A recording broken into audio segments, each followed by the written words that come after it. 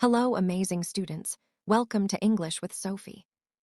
Can you survive modern conversations without accidentally pushing people away? How accepting are you really of different opinions? Let's test your skills today with 15 real scenarios that happen every single day. I've collected these from actual situations, at family dinners, in school hallways, on social media, and at work. If you can handle just 8 out of 15 correctly, you're doing better than most people. Keep track of your score and let me know in the comments what you got. And remember, I'm going to show you exactly what goes wrong and how to fix it. Ready? Let's begin. Your cousin posts on social media that they support a political candidate you strongly disagree with. What's your immediate reaction? A. You comment explaining why they're wrong. B. You unfollow them immediately. Or C. You scroll past without engaging. Here's what happened to Sarah, a 14-year-old student. She saw her best friend's post supporting a candidate she didn't like. Sarah immediately commented, "I can't believe you support them. Don't you know what they stand for?" Within minutes, her friend replied defensively. Soon, other classmates joined the argument. The comment section became a battlefield. Their friendship became strained for weeks. What went wrong here? Sarah made the first critical mistake, assuming her friend hadn't thought things through asterisk. The correct answer is C. Scroll past without engaging, at least initially. But why? Here's the thing most people miss. Asterisk social media is the worst place for meaningful conversations about differences asterisk. When you publicly challenge someone's opinion, you're not just disagreeing with their idea. You're embarrassing them in front of everyone they know. They'll defend their position even harder, not because they're stubborn, but because backing down publicly feels like humiliation. Now, does this mean you can never discuss different opinions? Absolutely not. But there's a smarter way. If Sarah really wanted to understand her friend's perspective, she could have sent a private message. "Hey, I noticed your post. I'm genuinely curious. What made you support that candidate?" Notice the difference? Private, curious, non-judgmental asterisk asterisk. This opens doors instead of slamming them shut. Let's move to our second scenario. You're in class and your teacher asks for opinions on school uniforms. Someone says they love uniforms because everyone looks equal. But you hate uniforms. You think they kill creativity and self-expression. The teacher asks if anyone disagrees. Do you A. Say that's ridiculous, uniforms don't make anyone equal? B. Raise your hand and share your perspective respectfully? Or C. Stay silent to avoid conflict? Here's what happened to Marcus. He chose option A, he said. "That's the dumbest thing I've ever heard. Rich kids are still rich even in uniforms." The classroom went silent. The other student looked hurt. The teacher gave Marcus a warning about respectful discussion. What's the big mistake here? The answer is B, share your perspective respectfully. But here's what makes this tricky. Marcus actually had a valid point. Uniforms don't completely eliminate social inequality. His idea wasn't wrong. His asterisk asterisk delivery was the problem. When you call someone's opinion dumb or ridiculous, you've just told them that they're not worth listening to. Here's what creates division. Asterisk attacking the person instead of discussing the idea asterisk asterisk. A better response would be, "I see your point about equality. I think differently though. Even with uniforms, I notice students still judge each other by phones, shoes, and bags. So I'm not sure uniforms solve the problem completely." Same disagreement. Zero personal attack. See the difference? You can disagree strongly without making someone feel stupid. That's the key skill most people never learn. Scenario 3 takes us to the dinner table. Your grandmother says something about kids these days always on their phones and complains that your generation doesn't know how to have real conversations. You're literally sitting there with your phone in your hand. Do you A. Point out that she watches TV for 4 hours every night? B. Put your phone away and ask her about her day? Or C. Defend yourself by listing all the productive things you do on your phone? This happened to Emma. She chose C and said, "Actually, I'm learning things on my phone. I'm reading articles and watching educational videos. That's better than your TV shows about nothing." Her grandmother looked hurt and stopped talking. The rest of dinner was awkward. What went wrong? The best answer is B. Put your phone away and engage. Here's why this matters for society. Every generation thinks the next generation is doing something wrong asterisk. Your grandparents thought your parents watched too much TV. Your parents think you're on phones too much. Your kids will probably think you're doing something wrong too. When older people criticize technology, they're usually not really talking about the technology. They're saying, I miss connecting with you. Emma's grandmother didn't actually care about phones. She wanted attention from her granddaughter. By defending the phone, Emma missed the real message. She also made another crucial mistake, using whataboutism ***. That's when you respond to criticism by pointing out the other person's flaws. It never works. It just creates more division. Scenario 4 happens at lunch. Your friend group is discussing a news story about climate change. One friend says, I don't think it's as big a deal as everyone says. Another friend immediately says, Are you serious? That's so ignorant. The science is clear. Now tension fills the table. Everyone feels uncomfortable. You're caught in the middle. What do? A, side with one friend against the other. B, change the subject completely. Or C, ask the skeptical friend what they've read about it. Most people choose A or B. They either pick a side or run away from conflict. But here's what divides friend groups, making people choose teams ***. When you force people to pick sides, friendships break. Watch what happens next in this real story. Jake was in this exact situation. He chose option C. He asked, What have you read about climate change? I'm curious where you're getting your information. His skeptical friend admitted, Honestly, not much. I just heard someone say the data isn't reliable. Now the conversation shifted. Instead of an argument about who's right, it became a discussion about sources of information. Jake said, Want to look at some of the research together? I'm not an expert either. This is the secret that keeps society from dividing. Curiosity defeats conflict ***. When you're genuinely curious about why someone thinks differently, you're not attacking them. You're exploring together. The skeptical friend didn't feel stupid or attacked. He felt heard. And guess what? He became more open to learning about climate science because nobody made him defend a position he barely understood. Let's talk about scenario 5. This one's harder because it involves values, not just facts. Someone in your youth group says they believe marriage should only be between a man and a woman. Someone else gasps and says, That's homophobic. You can't say that here. The room divides instantly. Some people nod in agreement with the first person. Others look angry. You notice people moving to sit with those who agree with them. The group that was united 5 minutes ago is now splitting into opposing sides. What's the mistake here? Is it the first person's opinion, the second person's reaction, or something else entirely? This is where society's division becomes most visible. Let me explain what's really happening. Here's the uncomfortable truth. The second person's reaction, while emotionally understandable, made division worse ***. I'm not saying the first person's view is right or wrong. I'm saying that shouting, You can't say that here, immediately ends any chance of understanding. It creates an enemy. When you tell someone their opinion isn't allowed, they don't think, Oh, I should reconsider.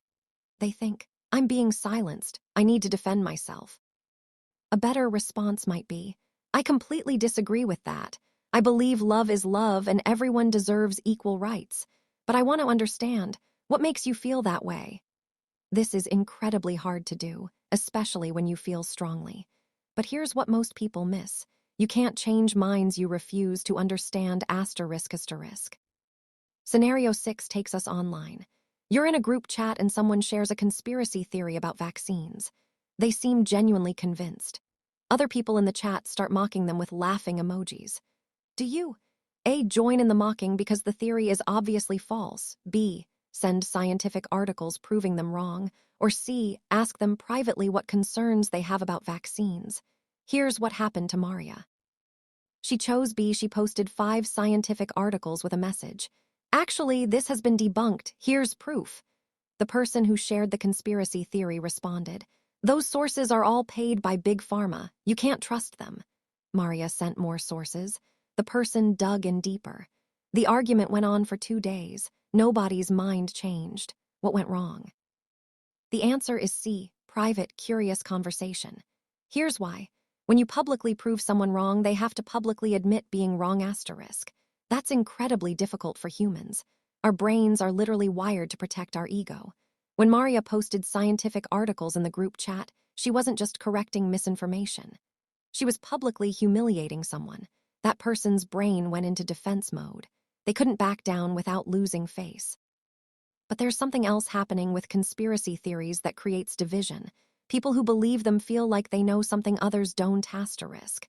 They feel special, informed, awakened. When you call them ignorant, you're threatening their identity. A private message like, "Hey, I saw your post. I'm worried about that theory. What made you believe it?"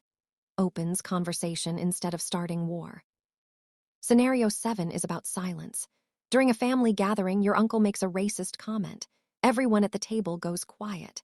Some people look uncomfortable. Nobody says anything. The conversation moves on. You feel terrible for staying silent, but you didn't want to ruin the family gathering. Later, you feel guilty. Did your silence make division worse? Or would speaking up have created more problems? This is one of the hardest scenarios because both choices feel wrong. Here's what happened to David. He stayed silent during a similar moment. That night, he couldn't sleep. He felt like he'd betrayed his values, but he also worried that confronting his uncle would have destroyed family relationships. So what's the right answer when silence feels like agreement, but speaking up feels like starting a war? Here's the truth. Silence often is agreement, especially to the person who made the comment asterisk. When nobody challenges a racist statement, the person who said it thinks everyone agrees. But there's a way to speak up without destroying relationships. Asterisk private conversations after public incidents asterisk. David could have pulled his uncle aside later and said, "Hey, that comment at dinner made me uncomfortable. I don't think you meant harm, but it came across as racist.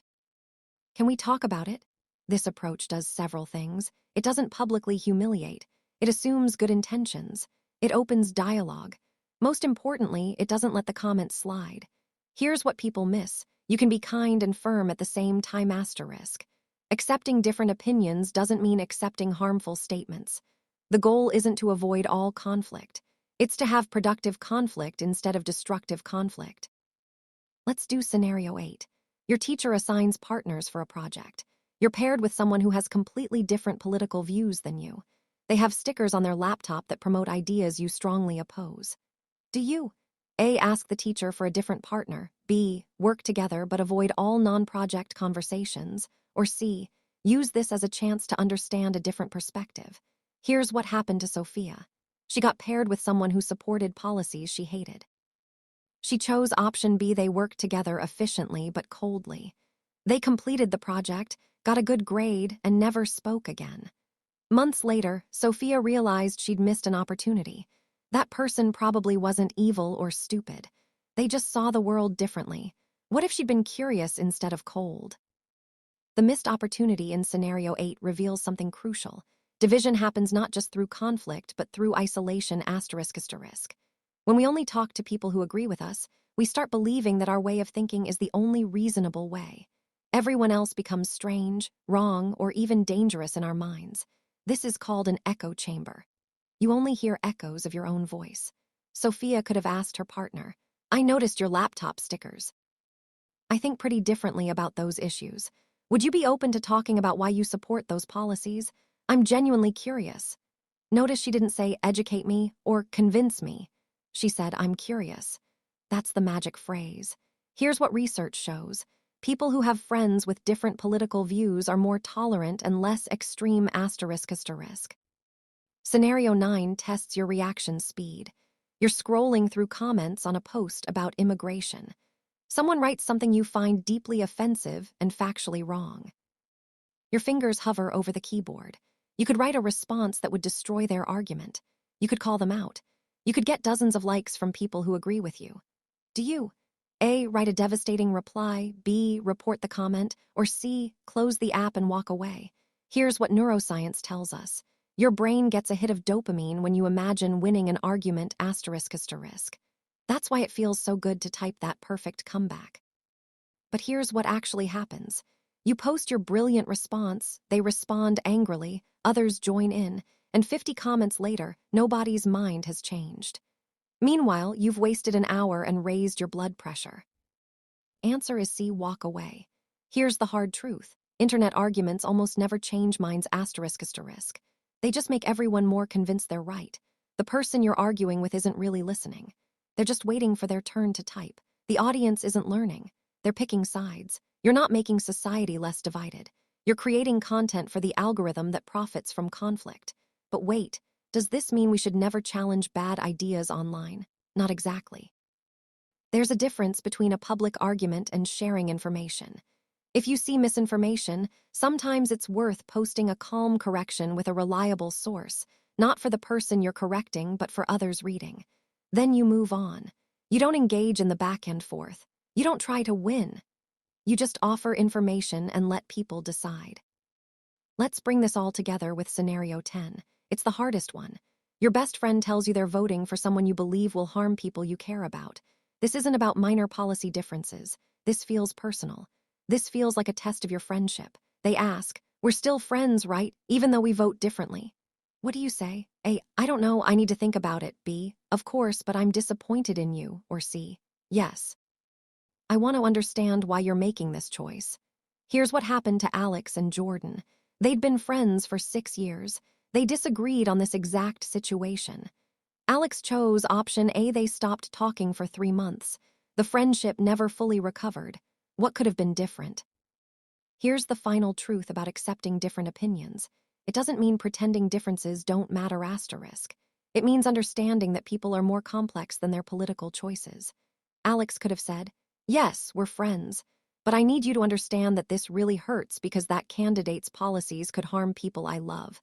Can you help me understand your reasoning? Because right now, I'm struggling to see how someone as kind as you could support them." This is honest. It's vulnerable. It maintains the relationship while expressing real pain. Here's what society needs to understand. We won't always agree, but we can always be curious asterisk. Division grows when we stop seeing each other as humans with complicated reasons for our beliefs. So what was your score out of these 10 scenarios? Could you handle 8 correctly? Let me know in the comments. And remember, accepting different opinions isn't about being weak or giving up your values. It's about being strong enough to understand people you disagree with. That's how we build a society that disagrees without dividing. That's how we stay human in a world that profits from our conflicts. Download the full guide in the description to learn more strategies for navigating difficult conversations. See you in the next lesson.